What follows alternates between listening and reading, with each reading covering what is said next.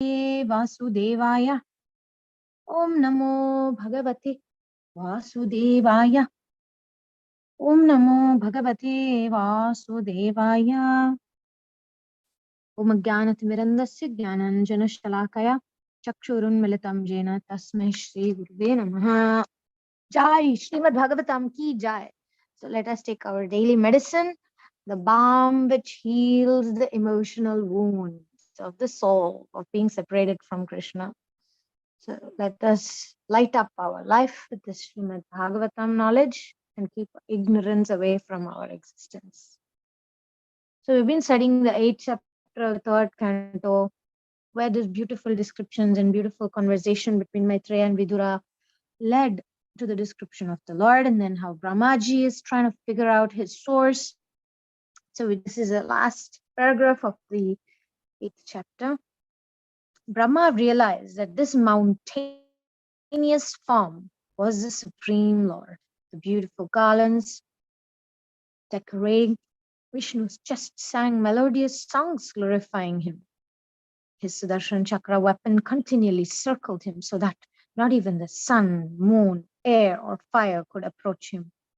Searching for a clue how to render his service for creating the universe, Brahma saw only Vishnu's deep navel filled with water, along with a lotus flower which emerged from him, as well as devastating waters surrounding him, the blowing wind which was drying those waters, and the sky. Understanding these to be the causes of creation and infused by the mode of passion, he became eager to commence his service. Still, he was unsure how to begin. Thus, he began to petition the Lord with respectful prayers. Okay, let's pause there. Kannadadalli ಒಂದು ಭಜನೆ ಇದೆ. There is a song. It says like, there is a song about Lakshmi Devi. Olideyata kammalakumi vasudevage. And in that one of the paragraphs, it says, ಅವನು ತಾನೇ ತನ್ನಯ್ಯರನ್ನು ತನ್ನವಯವದಿಂದ ಪಡೆದವನಿಗೆ ಒಲಿದೆಯಾತ ಕಮ್ಮಾಲಕುಮಿ ವಾಸುದೇವಗೆ. So it says that Vishnu, he begot his own son from his own navel. So why have you become captivated by that Vishnu who had a son on his own from his own navel?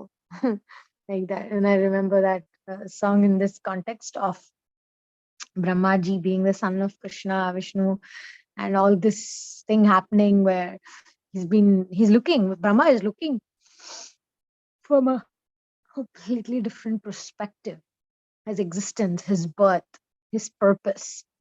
And it's relevant to, right, our search for who we are, the kind of relationships we have, the depth that it goes, and the natures of the relationships we have, the people in our lives, and what lessons we're supposed to learn. And Brahmaji is there sitting alone, but he's also trying to do the exact same thing in principle, figuring out how did he come from, where did he come from, what is he supposed to do, and who is he? So that's like the whole search, right?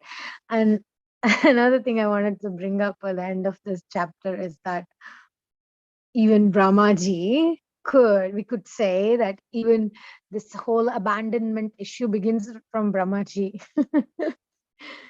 Krishna is like, he just gave birth to Brahma and then left him to go figure out.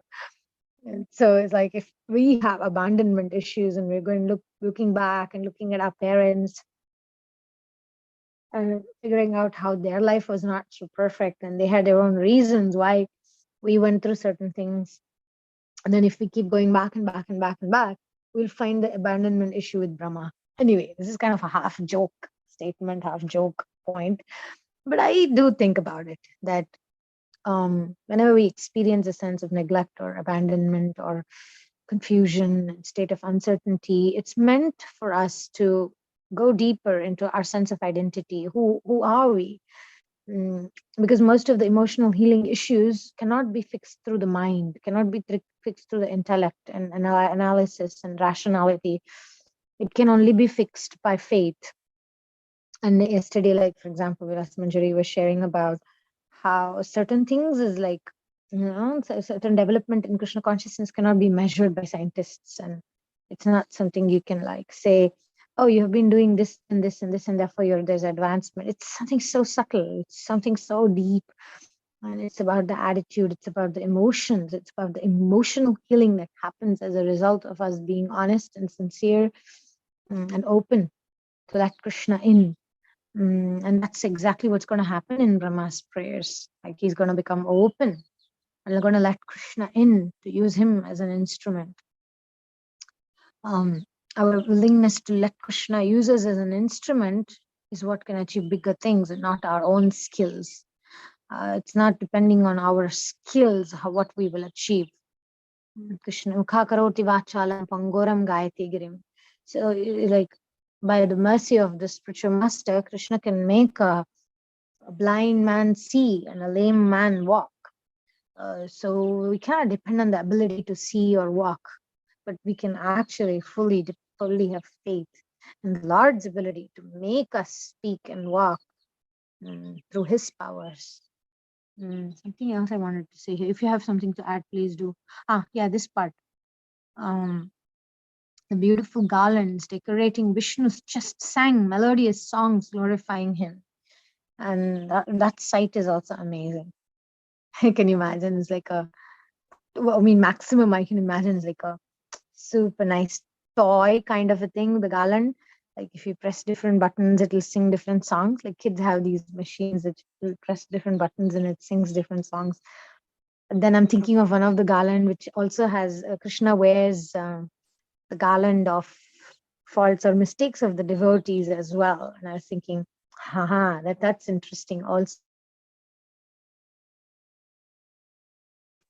Imperfect and fallen, and yesterday I could only make you these garland, and I could only bring you this offering. I forgot to bring you fruits to offer, whatever it is, right? And then Krishna is like, oh, so sweet, like a lover who tells, oh my darling, I wish I brought you a diamond ring, but somehow I couldn't afford to. And then the lover feels, oh, that's so sweet, he wants to do more for me. So it's the bhavagrahi janardana. Krishna takes our sense of helplessness and surrender. Krishna, I wish I could do more for you. Krishna, I wish I did better. But there's such a subtle difference there. Subtle line, boundary between the satisfaction with what Krishna allowed us to do, which needs to be replaced by satisfaction and gratitude. At the same time, there's the emotion of wanting to do more, the greed to serve more.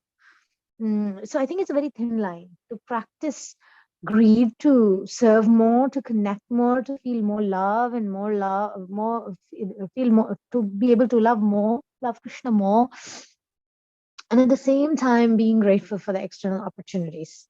So I think what Krishna really appreciates and wants is like any other lover or relationship where we want to be loved more. We like to be loved more.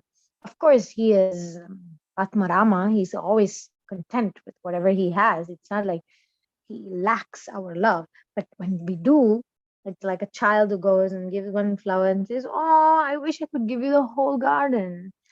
But I only stole one flower from your garden.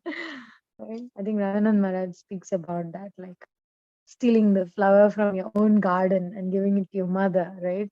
And the mother is like, he stole a flower from my own garden to give it to me. That's so sweet. So whatever we can give to the Lord, right? Whatever boga, whatever money, it actually belongs to the Lord. I may let my house for a program, but actually it doesn't even belong to me. It belongs to Krishna. I'm just a caretaker. So I can't take pride in it. I can't say, oh, I am giving service. I'm doing these things, or I am letting somebody use my house for programs or something.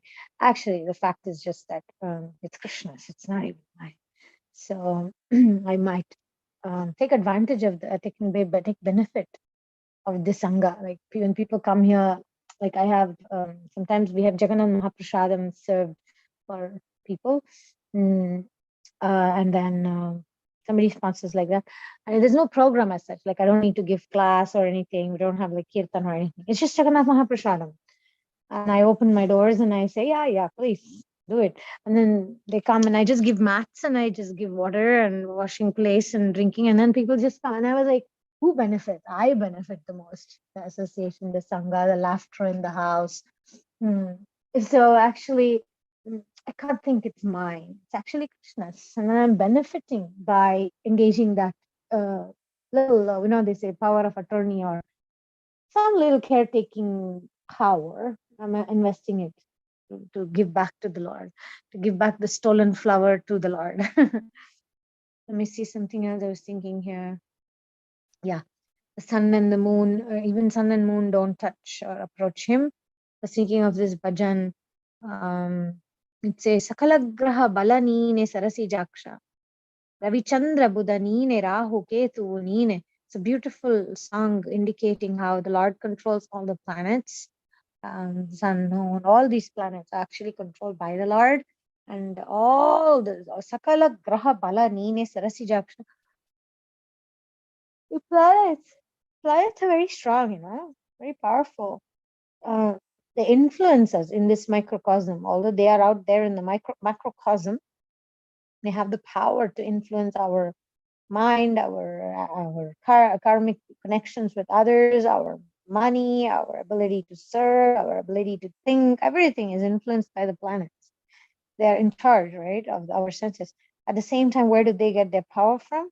Krishna. Sakala Graha Balanina, the strength of the planets come from Krishna. And Sudarshan is the king, the Lord. So Sudarshan is very important in astrology, for example. My astrology guru gave us, whoever is in this line of disciplic succession of this astrological science, we get Sudarshan mantra, with which we do Digbandhana, which means we protect ourselves from the karma of others. And then we are not like interfering with the karma of other people. We're not like messing with the planets by telling them how to escape their punishments or karmic debts. But Sudarshan is giving us the ability to connect them to Krishna, so that all the strength of the planets, which is coming from the Lord, by helping people go take shelter of the Lord through Sudarshana, then the karmic ties are broken. So it's another path. It's not the path of karma kanda, of trying to fix your planets and enjoy a little bit more. It's not that. It's about cutting the ties and surrendering to the source. So it's a different version of astrological system. Yeah, so Brahma is figuring out how to serve. And again, we come to that point of helplessness, hopelessness, taking shelter. He's taking shelter in prayers, and he's praying to the Lord. And it's very relevant for me in this point of my life also, actually. I just opened a company. I want to do coaching, like faith coaching for people, and want to start doing things. And I'm like, I need to pray. I really need to do what is God's will. I don't want to become like just a normal professional. So it's a very relevant thing. It usually happens whenever we are studying something specifically. It'll be applicable for our life. Maybe we're starting a new service or something like that. Yeah, so this kind of prayers are beautiful. Would you like to start reading, Lakshmanjay? Yeah. Brahma's prayers for creative energy. Brahma glorifies Vishnu with beautiful prayers, beseeching the Lord to enable him to execute his service of creation. He describes how he is the very fabric of existence and instructs Brahma to always fully depend on him and thereby be empowered to do his service of creation.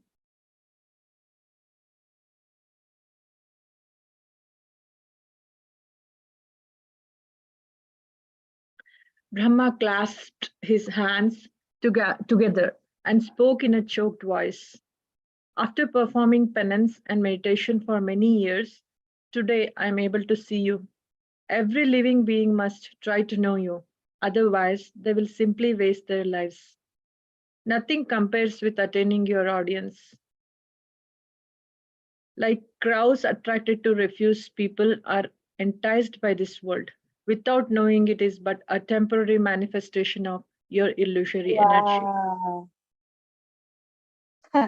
That's an attractive analogy there. Like crows attracted to refuse, people are enticed by this world. So its analogy is like, looking for crumbs, right? Crumbs of affection, crumbs of success, crumbs of satisfaction. And this world, dukkhalayam, ashashvatam. Please continue. Vishnu lifted a corner of his mouth in a slight smile, his eyes sparkling. Brahma could sense his thoughts. Was not his Vishnu form, which appears only for creation, also temporary? Brahma said, the form I see is manifested by your internal spiritual potency and is free from ignorance. You expand yourself as Kshirodakashai Vishnu, from whom countless divine incarnations appear. You exhibit these forms in the material world for the transcendental happiness of your pure devotees. Although I am material and cannot be compared to your spiritual incarnations, I too am born from the lotus flower growing from your navel. Still smiling, the Lord said, I have heard I have heard it said that the original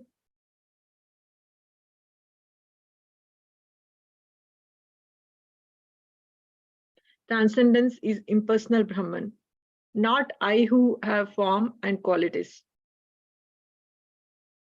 Brahma was not bewildered by the Lord's teasing.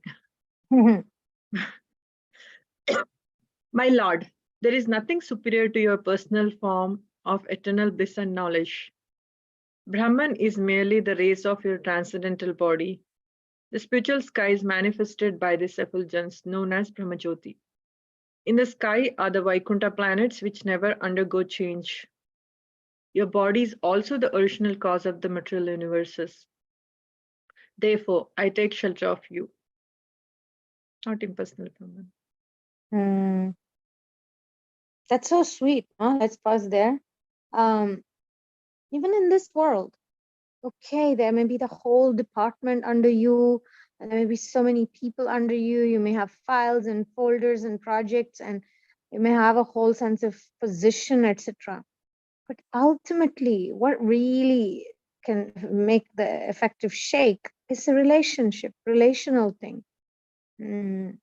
Like for example, there is like I have like some friends who are lawyers and things. So sometimes like companies or people who are enemy, like competitor firms or something, comes to you asking for some favor, and it's based on relationship. It's not actually based on the company or the program or the project or the case. It's actually based on relationship. So similarly, everything is based on relationship. As much as the impersonalists can do this and that and control this and control that and come to the point of self-realization, which is on a very basic level, not really on the level of higher transcendence. But the other day Tarani was saying this point. I was like, I've been journaling about it. She's saying pious credits plus impurities, it leads to, what does it lead to? Oh boy, I forgot what it leads to. Pride. Heaven. So when we do good activities like pious credits, when we're trying to gain it, but then we have impurities, and together it becomes pride. So we were discussing, sometimes when we get to do some service and we feel like, let's say in my case, like I give a good class or something, right? And then people appreciate it, and people feel very uplifted, and their faith is established, or like feels uplifting, and they come and say, oh, thank you, that was so amazing. But because of my impurities mixed with the credit of giving knowledge, or like pious thing of giving knowledge or something, but the result is can become pride. So that's why it should not be performed in that mood. It should be performed in the mood of humility. It should be performed in the mood of sattva. Otherwise, it can lead to pride. Even small things. Oh, I made it. I am so able. I'm able to remember verses. I'm able to create this thing. We were talking about like cooking and classes. These were like our examples in our lives. And we were comparing how it works in our mind. We're doing something, and then immediately we think, oh, I was able to do it. And then next thing comes is like Krishna tells you, really, you think you're the doer? Huh? Pum, and slap on the face. Or at other times, the opposite happens, right? We become powerless and hopeless. And like I sit on the Vyasasana, I've prepared for the class and everything. And then I look at the board and I see, oh my God, they gave me the wrong verse. I'm supposed to speak on a different verse. And at that point, this utter sense of hope, helplessness and powerlessness. And like, Krishna, Chaitanya, I don't know what to say about this verse. And I'm reading the verse and purport, thinking, what am I going to say about this? I didn't even prepare about this. And then I become the instrument, right? And then Krishna uses me, and actually Krishna gets the work done. But on the other hand, when it's up to me, then even if I take one flower for the Lord, and I'm thinking, you see, I took a flower, other people didn't even take that, or something, right? Pride can creep in when pious credits with impurities get mixed. Yeah, I've been meditating on this point a lot, like journaling, and like I'm more aware. I'm becoming more and more aware of how this works. And even Brahmaji, and like there are so many examples of Indra and Brahma getting bewildered, right? Even Brahma Vimohana Leela gets bewildered, like, I'm Brahma, who is this boy? How can he be the Supreme Lord? So you get the whole Brahma Vimohana Leela has to happen for that. So it's happening to us often. Oh, you think you're the doer? Okay, let's play this game, whatever. Sri Radha Govinda Dasi Vimohana Leela. Okay, you want to get bewildered and think that you did this. Okay, next day comes a huge problem, Then we realize, oops, oopsie.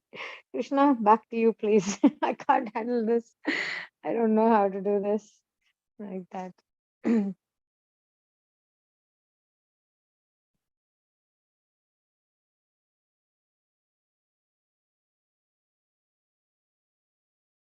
Yeah, taking shelter of the Lord. Any points, Vilas Manjay? Any comments? Yeah, when Krishna jokes about being impersonal Brahman, I was hearing Gita, and Chaitanya Prabhu said that in Gita there are so many names of Arjuna and Krishna, right? So he said it is so personal, even transcendental life. It's so personal. It's not impersonal. If it was if Arjuna was impersonal and if Krishna was impersonal, if ultimately Arjuna was supposed to merge into impersonal Brahmajyoti, then it wouldn't matter what names they would use, right? True. For example, Parantapa, like Arjuna's called as Parantapa. So beautiful names they are called in the context of the verse. So just want to I just found that relevant here. So true. And I'm thinking, as you're saying this, like I had some friends. I grew up around impersonalists in my life. Like even my father was influenced with some friends who had Ramana Maharshi thing. One of these ladies, they were really inspirational, and I was like, I would go to some programs and dance and cultural things, etc. Other like impersonalistic. I even have one of my astrology teachers. He's also an impersonalist. And I see that the mood and the attitude is so much more about controlling ourselves, controlling our senses, controlling our mind. And there is a sense of that Ishvara Bhava. There is not so much humility, surrender, openness to let Krishna in. There is nothing of such things. But actually, if you look at life, it's like, it doesn't work like that. Can't sort out problems with analytical thinking and rationality most of the times. So I'm just thinking, yeah, tamam prapadyante. If we go to Krishna and say, Krishna, I want my rational mind. I want analytically to progress in my spiritual life. Krishna says, fine, go ahead. You want to realize yourself through your own mind? You don't want my help? Fine, be my guest. Less botheration for me. I'll focus on those who are fallen and no good qualities and just completely like helpless, hopeless, and they're calling to me. Whether it's an elephant or a Jamila or a little boy or whoever, I'll go there. Okay, you rot here in the Brahmajyoti. Be in this sense of again me and mine. So I was just thinking how it's actually very simple. Personalism is very simple. It's like a relationship between a child and the mother. My dear mom, I'm dependent on you. I cry, I want food. I want shelter, I want you to embrace me. I cry and then you get it. So it's like a very simple relationship, but it's not easy. Why it's not easy? Because it takes that power away. It makes us humble and surrendered and accept that I'm not in charge. I'm not in control. So that's the difficult part. It's simple, but not easy.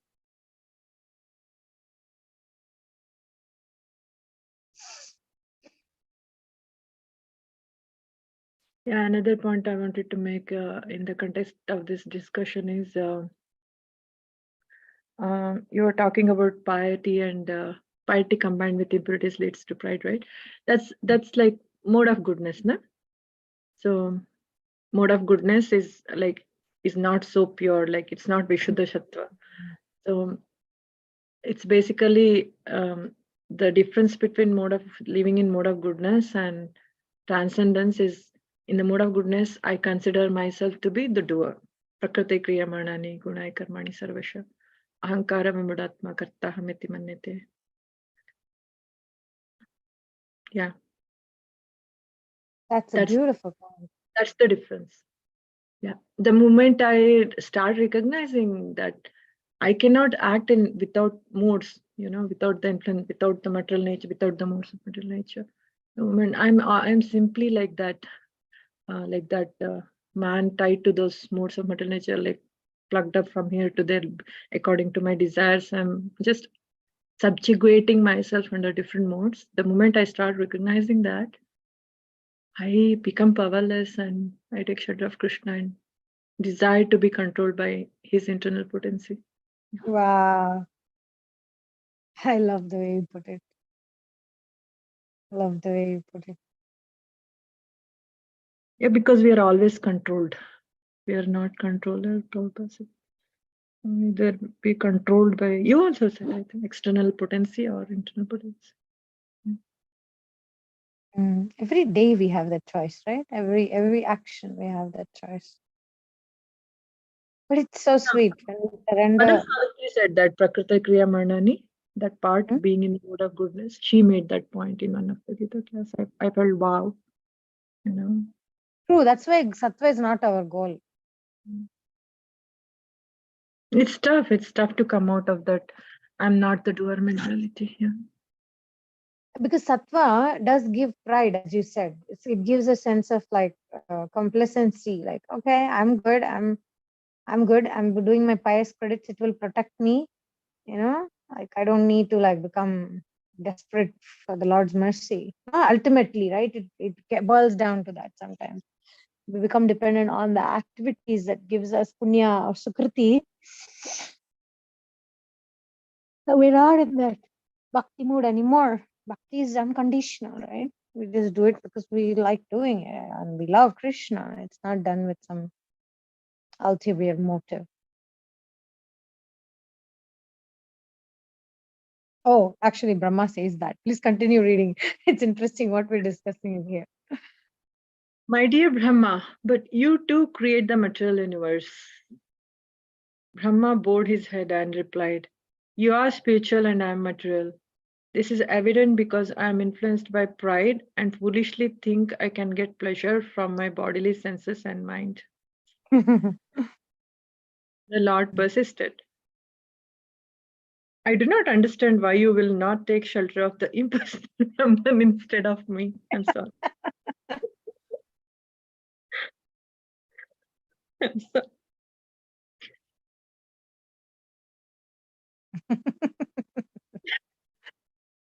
You know, Rampada Maharaj was telling today that there is a um, there is a shastra called Dana Kele Chintamani, which is a tax pastime full of humor itself. So I'm remembering that Lord has such a humor. True. After all, I have heard many say that only less intelligent people desiring material benefit worship my personal form. Wow. Brahma looked at the Lord's placid face. Was he joking? The god replied, I do not doubt that both your personal and impersonal form are both auspicious for the universes. However, when I was meditating to know the absolute truth, I think this is this the right page? Yeah. However, when I was meditating to know the absolute truth, you manifested your personal form. Therefore, I can understand this form is the most merciful. I thus offer my respects to you in your personal form, which is an ocean of spiritual qualities. Many people disagree with you, Brahma. They argue that my body cannot be eternal, full of knowledge or bliss. They say that anything with bodily form must be material. Therefore, they do not respect me. Hearing such atheistic arguments, Brahma frowned. Anyone who thinks like this is a foolish speculator destined for hell. Vishnu looked lovingly at Brahma, who shed tears of ecstasy as he continued, My lord, just as your devotees whose spontaneous love for you has awoken can never give you up, so you too can never abandon the company of such faithful devotees. This love very easily awakens in the heart of anyone who faithfully hears about you from authentic revealed scriptures recited by your pure devotees. Wow, let's pause there.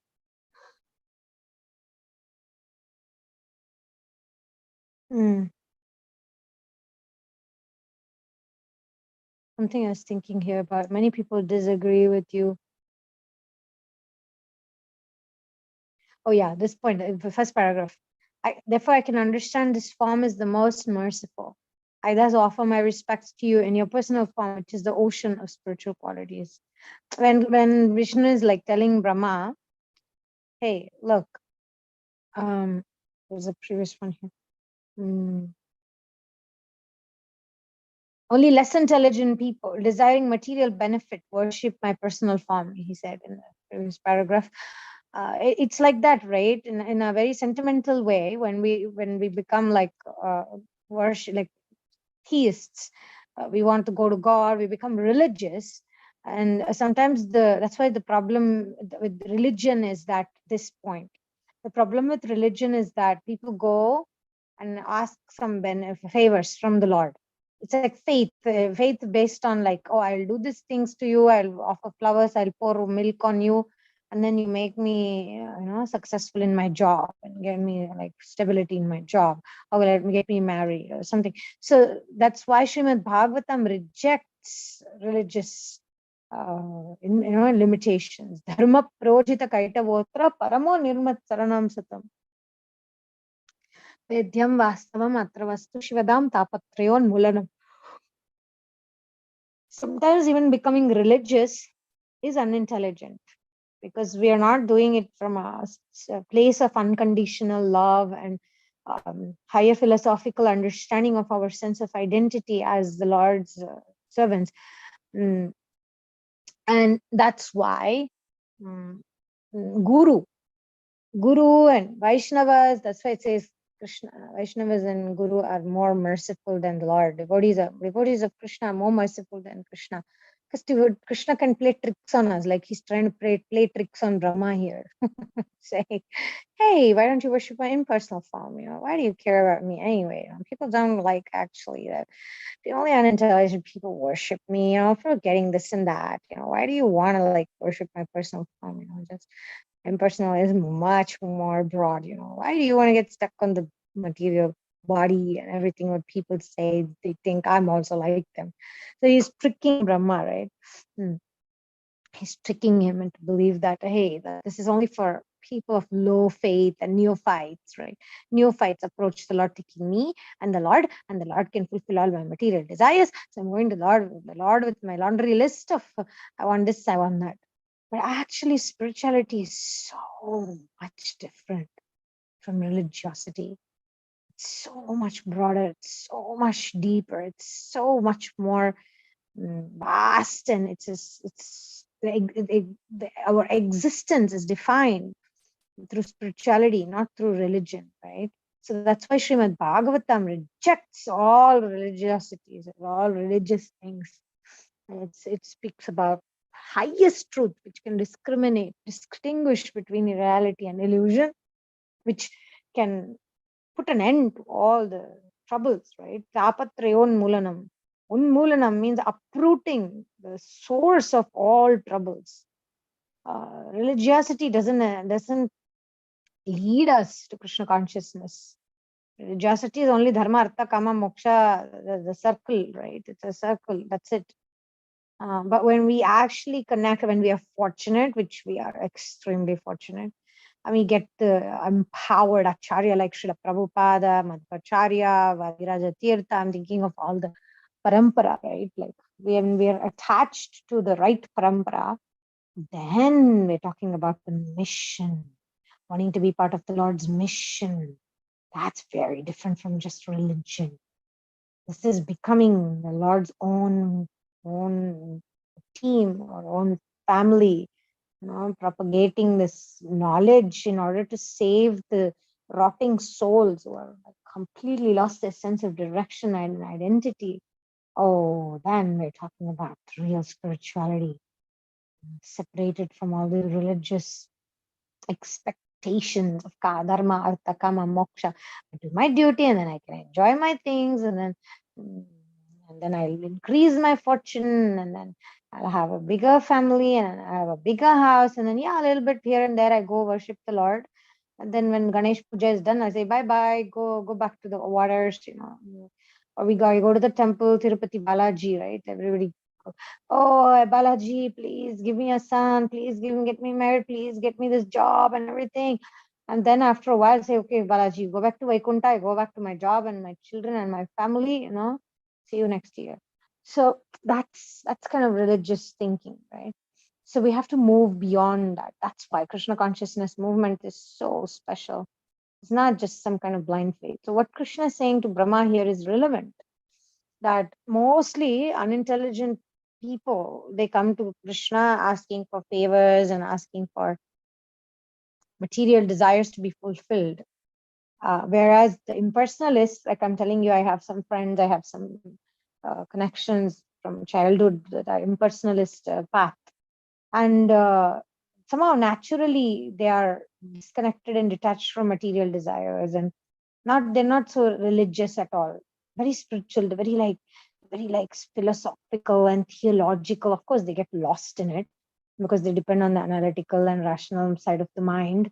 So they're not going to the Lord asking for material favors and all that, because they don't go to the Lord. They're just trying to find I am Brahma.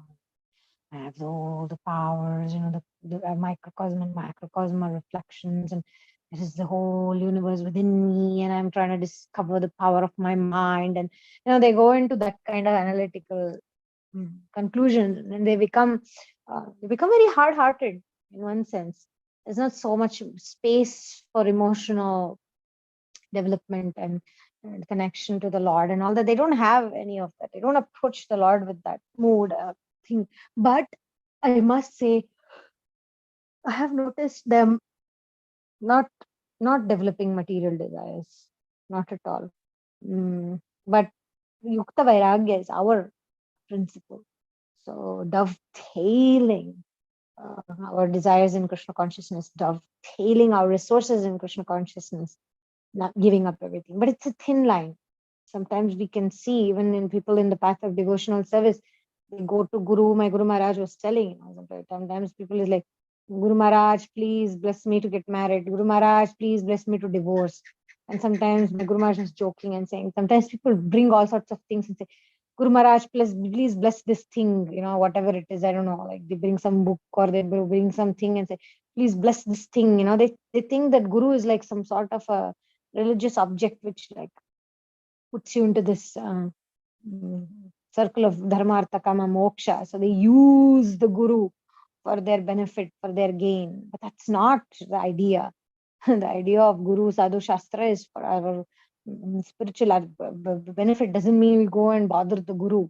We actually take part in his mission. We help him to fulfill the instruction of his spiritual master and help the Lord in spreading the mission of waking up the sleeping souls. So there's a very huge difference there. Any comments?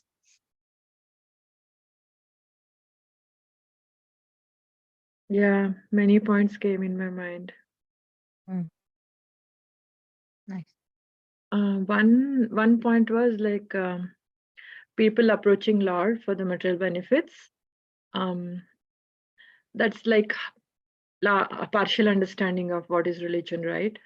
So Yeah. that's why I was hearing again Chaitanya Champu saying that to understand the spiritual life, as you put it, like like dharma, and what is that? Dharma projita kaidavakar dharma, which is free from this the faults that people do while following religion. In order to actually practice spiritual life, he says in Shruti and Smriti, both are needed. Like Smriti is something which is given by the acharyas, right? Which is reflected, meditated, contemplated, internalized, and then given to public, right? So many people treat Smriti as lower to Shruti, but he was making very beautiful point that the scriptural statements say that without studying the Smriti, Shruti cannot be understood. What Lord has given, the process, whatever the scriptural rules and regulations Lord has, Lord has been giving through Shastras, that cannot be understood without Smriti. So, yeah. That was like, what is that? What is that famous one? Karma. What is karma? We can understand only by following in the footsteps of Mahajans, right? What is that Sanskrit? I'm forgetting that part is, it becomes more and more evident as we practice bhakti, keeping this Shruti and Smriti in mind. Otherwise, there is no understanding of what is that karma which doesn't give reaction. The bhakti. What exactly is bhakti? Which of my choice will lead me to bhakti? It's not easy to determine that without observing the lives of Mahajans. That's so true. Beautiful Sanskrit, point. I'm not able to recollect that Sanskrit part. Wow. Oh, I see that Rasastali Mataji is also there. Hare Krishna Mataji. Hare Krishna. I just Didn't know noticed that you're here. Sorry, I didn't, because I'm on the phone. I was on the phone and I can't see all the participants in Yeah, the phone. yeah. Little join, little late. I thought it is today also at 5:30. Sorry. So yeah. I was doing my aarti and all, so I got a little late. Yeah, I thought it is. Then I saw you were there, so I joined. Sorry. Jai. Yeah, No, Jai. it's a nice discussion and Yeah. nice Very point. nice. Very nice. After so many days, I can hear Vilas Panji Mataji also. So it was Yes, really I nice. see. Really nice. Yeah. I look I, forward to hear from her also. right. Yeah. Really uplift me, all this debate. Yeah. True. Rasastali Mataji, would you like to read this last two paragraphs for today? Yes. This is because, that's the sentence begins with this is because. Uh, this is I mean, the previous page, it left off this is, and here it begins with because. okay. Because such literatures carry the uh, purifying effect of your association through the ears and into the heart. Still, replied Vishnu, many renowned sages argue that my devotees are not transcendentalists but materialists like all other conditioned souls. Brahma raised his eyebrows. What ignorance! Vishnu explained, my devotees are often married with homes, children, and wealth. Aesthetics have no respect for them. Brahma shook his head. My lord, it is true that those absorbed in thoughts of how to maintain their family, protect their wealth, and keep up with friends and relatives experience fear and lamentation. However, your devotees are different. They never considered themselves proprietors of anything. They know that everything is yours, and therefore they dutifully serve you by hearing and chanting about you. Thus, even their worldly duties become service to you. They are never entangled by worldly affairs, even though they may work in the world like ordinary persons. Jai, let us pause here for today and to continue the rest tomorrow. And this is a beautiful summary and conclusion, right? Yukta Vairagya. This is exactly Yukta Vairagya. It's not about what we are doing. It's about how we are connecting that to Krishna and how we belong to Krishna. Our identities are Krishna's. We are Krishna's. So whatever we do, we're doing it for Krishna. So we are family of Krishna. Dutifully serve you by hearing and chanting about you. Does even their worldly duties become service to you? I love that. I love that. So it's all about the consciousness. And we do go back and forth sometimes, right? We become weak, we fall, slip and fall, and then Krishna puts us back. Hey, excuse me, you're going off. You're going off the track. I don't think you gave a good class. Come back here. Come back. Like a parent who disciplines the child. We get pulled by the ear. Krishna, why are you putting me through this difficult time? Krishna is like, I'm saving you here. Come here, baby.